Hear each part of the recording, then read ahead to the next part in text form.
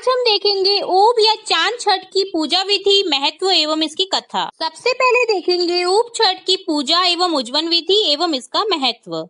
यह त्योहार भादो लगते ही छठ को मनाया जाता है। यह व्रत केवल कुंवारी लड़कियों को ही करना चाहिए।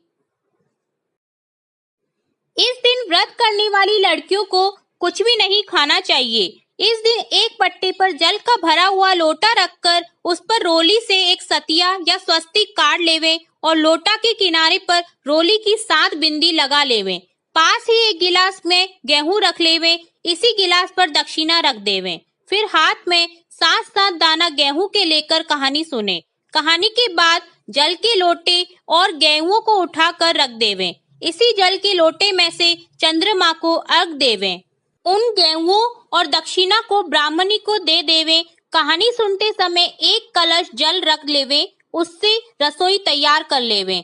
उस खाने को चंद्रमा निकलने पर उसे अर्घ देकर खा लेवे। अब देखते हैं चांद छठ का उज्जवल। जिस साल जिस लड़की का विवाह होवे उस साल वह लड़की चांद छठ का उज्जवल करे, व्रत और पूजा पहले की तरह करे और कहानी सुने तथा एक थाली में 7 जगह 4-4 पूरी और सोरा रखें। उन पर कुछ मीठा और रुपया रखकर सासू जी को पाए लगकर दे देवे। अपने साथ 7 कुंवारी लड़कियों को व्रत करावे। रात्रि को चंद्रमा को अर्घ देकर उन 7 कुंवारी लड़कियों के सहित भोजन कर लेवे। साथ में एक कुंवारे लड़के को भी भोजन करावे। अगर उन 7 कुंवारी लड़कियों में कोई ब्राह्मण की लड़की हो तो उसे दक्षिणा भी दे देवे। अब देखते हैं ऊब या चांद छठ की कथा या कहानी। एक साहूकार था, उसकी एक पत्नी थी। दोनों में से कोई भी अपना काम नहीं करते थे। वे दोनों अपना काम नौकरों से करवाते थे। उनकी पत्नी बर्तनों को नाक से सूंघा करती थी कि उनमें कोई चीज लगी तो नहीं रह गई। कुछ दिन बाद उनके एक पुत्र हुआ। उसकी उन्होंने शादी की। शादी के कुछ दिन बाद साहूकार और साहूकारनी की मृत्यु हो गई। मृत्यु के बाद साहूकार तो बैल बना और साहूकारनी कुतिया। वे दोनों अपने बेटे के घर पर ही पहुंच गए। बेटा बैल से खूब काम लेता था, दिन भर खेत में जोतता और कुएं में से पानी निकलवाता था।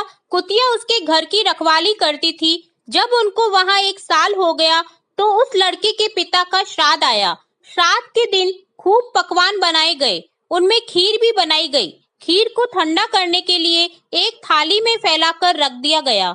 उसी समय एक चील उड़ती हुई आई जिसके मुंह में मरा हुआ सर्प था। वह सर्प उसके मुंह से छूट गया और खीर में गिर गया। यह बात बैठी बैठी कुतिया देख रही थी, परंतु उसके लड़के की बहू को पता नहीं था। कुतिया सोचने लगी कि जो कोई इस खीर को खावेगा मर जावेगा, अतः अब क्या करना चाहिए। कुतिया यह सोच ही रही थी कि भीतर से लड़के की बहू उठकर आई। कुतिया ने उस खीर में मुंह दे दिया। जब लड़के की बहू ने देखा कि कुतिया ने खीर में मुंह दे दिया है तो वह डंडा लेकर कुतिया के पीछे भागी और उसकी पीठ में एक ऐसा डंडा मारा कि कुतिया की पीठ की हड्डी टूट गई। जब रात हुई तो कुतिया बैल के पास आई और बोली, आज तो तुम्हारा श्राद्ध था, तुम्हें तो खूब भोजन मिला होगा। बैल बोला, मुझे तो आज कुछ भी नहीं मिला है, दिन भर खेत में ही काम पर लगा रहा हूँ। कुतिया बोली, जो आज श्राद्ध को खीर बनाई थी उसमें चील ने सर्प डाल दिया था। उससे कई एक को मरने से बचाने के लिए मैंने खीर में मुंह दे दिया था, जिससे बहू ने मेरी पीठ पर ऐसा डंडा मारा कि मेरी हड्डी टूट गई। इससे बहुत दर्द हो रहा है और कुछ खाने को भी नहीं मिला है। यह सब बात बहू सुन गई। उसने कुतिया बैल की सब बातें अपने पति से कही। तब लड़के ने ज्योतिषियों को बुलाकर पूछा कि मेरे माता पिता किस योनि में हैं। तब ज्योतिषी बोला, तुम्हारे यहाँ जो बैल है वही तुम्हारे पिता है और तुम्हारे यहाँ जो कुतिया है वही तुम्हारी माँ है। लड़का बोला, इनका उद्धार कैसे हो। तब ज्योतिषी बोला, अपनी कुंवारी लड़की से भादो लगते ही जो चांद छठ आती है उसको व्रत रखवाना, तब तुम्हारे माता पिता दोनों का उद्धार होगा।